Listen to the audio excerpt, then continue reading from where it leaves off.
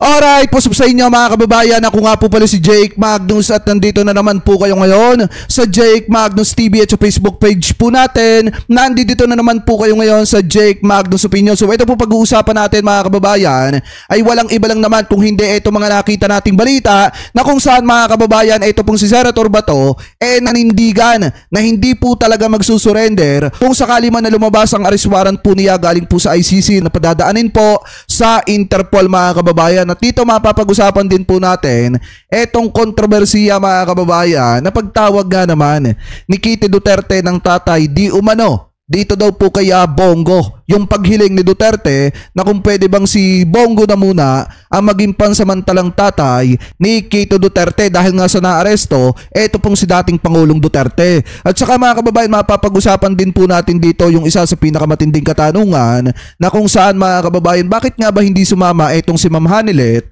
dito po kay dating Pangulong Duterte nung unang beses na naaresto po ito sa bisa ng warrant of arrest ng ICC na ipinadaan sa Interpol mga kababayan at idinahilan pa or ikinatwiran pa na wala daw po itong passport. Ano po mga kababayan? So ngayon mga kababayan, bago po natin pag-usapan yan, lagi ko naman po sinasabi na wag po sana natin kalimutan na i-like po ito pong video natin na ito at wag nyo na rin pong kalimutan na mag-subscribe dito sa ating YouTube channel. Hit nyo na rin po yung ating notification bell para lagi po kayong updated sa tuwing mag-upload po tayo or magla-live tayo ng panibagong issue or topic na katulad po nito. So ngayon pag-usapan na po natin mga kababayan na ito, nakita nating balita galing po dito sa Abante TNT, tunay na tabloidista. Sabi po kasi dito mga kababayan, Bato nanindigang hindi magpapahuli sa ICC. Bakit daw mga kababayan? Ito, yan.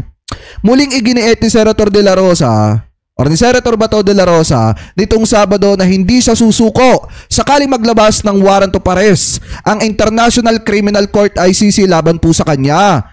Hypothetical, hindi ako magpapahuli. Hindi ako sasama, hindi ako magpapahuli, ani ni De La Rosa sa isang panayam. Akala ko ba mahal mo si dating Pangulong Duterte at handa mong samahan itong si dating Pangulong Duterte? Bakit ngayon nagbago na ang pananaw mo, Senator Bato? Hahayaan mo na lamang ba yung tao na naging partner in crime mo nung isinasagawa ninyo yung madugong pakikipaglaban sa ipinagbabawal na bato? Kasi kung tutusin talaga mga kababayan, kung pagbabasihan po natin ng napakaraming beses, parang napakatindi naman itong sinasabi ngayon ni Senator Bato. Nung una sinasabi niya na handa niyang ibuwis ang buhay niya, ang sarili po niyang buhay kay dating Pangulong Duterte. Tapos ngayon, na nakulong na etong si dating Pangulong Duterte sa International Criminal Court, bigla pong nagbago ang pananaw ni Senator Bato at hindi na po siya magpapaaresto or hindi na po siya magpapahuli kung sakaling lumabas yung arrest warrant galing po sa ICC na ipapadaan sa Interpol. So meaning mga kababayan, yung salita ni Senator Bato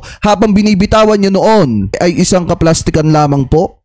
Ayokong sabihin na ganun pero parang ganun yung nararamdaman ko mga kababayan, lalo na at isa po tayo sa nakapakinig nung sinasabi po niya yung mga ganong klase ng salita. Sabi pa dito, basahin pa natin. Hindi ako lalabas sa aking comfort zone.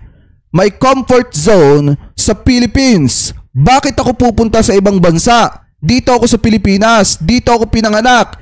Dito ako matitegi sa bansa kong sinilangan. Dagdag pa niya, kasunod ang pahayag na ito sa pag-aresto kay dating Pangulong Rodrigo Duterte, kasalukuyang nasa Netherlands at nahaharap sa crimes against humanity dahil sa kanya madugong pakikipaglaban sa ipinagbabawal na bato. Si De La Rosa ang Philippine National Police PNP Chief sa Administrasyong Duterte. Ayon sa ICC, siyam na co-perpetrators ang kasama sa arrest warrant na inisyo laban kay Duterte pero hindi pinangalanan ang mga ito. Ang pagkakaalam ko parang kasama dyan si Danao. Mga kababayan, si Danao, si Albayalde at meron pang iba. Pero ang maliwanag dito hindi magsusurrender at hindi po susuko etong si Senator Bato. Ibig sabihin, yung sinasabi niya ng mga panahon mga kababayan na nagyayabang-yabang siya doon sa Senado na go Mr. Trillanes, make my day. Gusto mo sumama ka pa. Ngal-ngal ka ng ngal-ngal dyan. Ibig sabihin, yun lamang pala po mga kababayan tapang-tapangan at wala naman po pala yun pagkadating na naandyan na yung actual na warrant of arrest kasi hindi po siya magpapahuli. Maliwanag naman sa sikat ng araw na sinasabi po niya na hindi po siya magsusurrender. Hindi siya magpapahuli at mas lalong hindi siya papayag na dadalhin po siya sa The Hague, Netherlands. Kasi nga naman ang katuwiran niya, dito siya sa bansang Pilipinas si pinanganak, dito rin daw po siya matitegi mga kababayan. So yan, yung isang patunay na hindi lahat ng nagsasabi kay dating Pangulong Duterte na handa niyang ialay yung buhay niya, kaya po talagang ialay yung buhay pagdating ng aktwal. Akala ko ba mga kababayan, kung sakaling lumabas yung arrest warrant, willing siyang magpa-aresto para maalagaan niya po etong si dating Pangulong Duterte. Ang tanong, bakit po bigla ang nagbago? Bakit po bigla ang nagbago mga kababayan? Yung pananaw ni Senator Bato.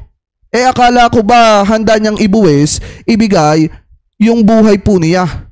Akala ko ba handa niyang alagaan si dating Pangulong Duterte? Pero anyway, mga kababayan, na maliwanag dito, hindi po siya magpapahuli at hindi siya magpapaaresto. Na nangangahulugan din na ayaw mo talagang alagaan at samahan si dating Pangulong Duterte. Ngayon, punta naman po tayo sa next topic natin kasi mainit na usapin to ngayon mga kababayan. Etong lumabas na balita galing po sa Bilyonaryo News Channel na kung saan mga kababayan sabi dito, Kitty as a go, be my father figure amends former President Rodrigo Duterte's arrest. So sabi dito mga kababayan sa article, basahin po natin Senator Bongo, longtime aide to former President Rodrigo Duterte, revealed in a speech that former President youngest daughter, Kitty asked him to be her temporary father figure as the former president faces his crimes against humanity case before the ICC mga kababayan. Ibig sabihin, tinawagan daw. Ito naman ay naipakita ko na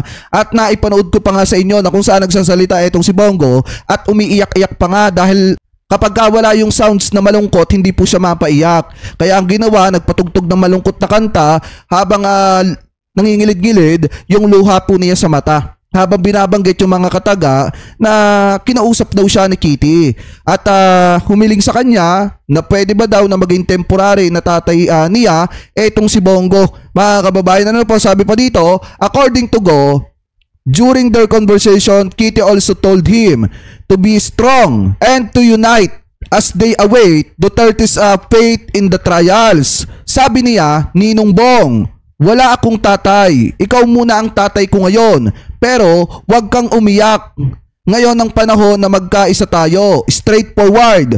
Tayo at to be strong. Tayo said Go. So sabi pa dito mga kababayan, eto daw si Bongo ay nanawagan daw dun sa mga politiko na minsan daw pong tiningnan nila nung panahon ni dating Pangulong Duterte na tulungan daw etong sina Bongo mga kababayan, tulungan daw ng mga politiko na maibalik sa bansang Pilipinas eto daw pong si dating Pangulong Duterte. Sabi pa dito, Duterte is set to appear before the ICC on September 23 for the confirmation of the charge hearing regarding his case mga kababayan. So ngayon, nung nagkausap daw itong si Bongo, tinawagan siya ni Kitty, sinabihan siya ni Kitty na magpakatatag mga kababayan, and then inalok ni Kitty si Bongo na kung pwede maging tatay muna niya pansamantala. Alam niyo mga kababayan, kung tutuusin, mahal ni dating Pangulong Duterte etong si Bongo. Sabi ko nga po sa inyo, si Bongo yung kanang kamay ni dating Pangulong Duterte at balak pa nga ni dating Pangulong Duterte noong 2022 patatakbuhin niyang presidente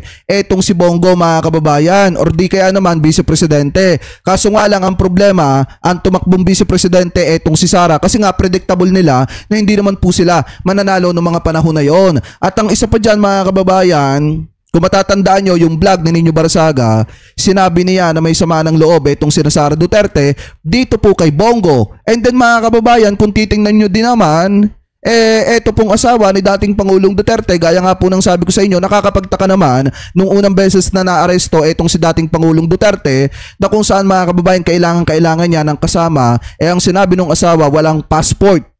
Paano nakapunta ng Hong Kong yon kung walang passport? Alam naman po natin mga kababayan na ito pong si dating Pangulong Duterte ay may pera po yan na nakatago. At alam din naman po natin mga kababayan na makakapag-access lang ng pera po niyan ay walang iba kung hindi yung asawa po niya. Ano po, which is etong si Ma'am Hanilet. So ngayon, ang tanong po natin dito, bakit nagpaiwan etong si Ma'am Hanilet at hindi sinamahan etong si dating Pangulong Duterte? Yun ba ay dahil sa may access siya sa pera ni dating Pangulong Duterte at ayaw po niya na magalaw yung pera ni dating Pangulong Duterte? Di umano. Hindi ko sinasabing totoo, hindi ko din sinasabing hindi. Di umano, mga kababayan ha. Kasi kahit kayo, magtataka kayo, paano nakapunta ng Hong Kong kung walang passport? Eh di imposible naman na kapag ka naandyan na yung problema, sasabihin walang passport para hindi masamahan, eto pong si dating Pangulong Duterte. Kaya nga mga kababayan, sa totoo lang, etong nangyari kay dating Pangulong Duterte, eh hindi po niya alam kung sino ba yung totoo para sa kanya, yung totoong tao na makakasama niya in the end, or yung totoong tao na dadamayan siya. Buti pa nga yung unang asawa ni dating Pangulong Duterte, kasi maliwanag naman sa sinabi ni Vice President Sara Duterte na pupunta yung asawa or dating asawa ni dating Pangulong Duterte. At kung makapasok man daw or hindi dyan po sa The Hague, Netherlands, ang mahalaga, nagsubok na pumunta. So eto ba mga kababayan, ang tanong kasi dito, eto po ba ay may kaugnayan sa pera ni dating Pangulong Duterte? Kaya mas minabuti ni Ma'am Hanilet na magpaiwan na lamang at hindi samahan eto pong si dating Pangulong Duterte. Di umano, mga kababayan. Ano po? So ngayon, comment below na lamang po mga kababayan kung ano po masasabi ninyo hingil po dito sa mga topic na ito na tinalakay po natin, at comment below na lamang din po kung ano po masasabi nyo hingil po sa hindi pagsuko ni Senator Bato de la Rosa at ang pagsasabi po niya na hindi po siya magpapaaresto sa ating mga kapulisan kung sakaling lumabas ang arrest warrant galing po sa ICC na padadaanin sa Interpol. Ano po? Anyway, mga kababayan, comment below na lamang po kung ano po masasabi nyo hingil po dito sa mga topic na ito na tinalakay po natin. At bago po tayo pansamantala magpaalam, lagi ko naman po sinasabi sa inyo na huwag po sana ninyong kalimutan na suportahan ito pong ating channel. At thank you po sa lahat ng Team Replay na hindi po nakakalimutan mag-iwan ng inyong mga komento, mag-like ng ating mga video at mag-subscribe sa ating YouTube channel. At maraming salamat din po sa lahat ng Team Replay na hindi po nakakalimutan na huwag po mag-skip ng ating mga ads. Thank you po. Ingat po kayo palagi. God bless po. Maraming salamat po.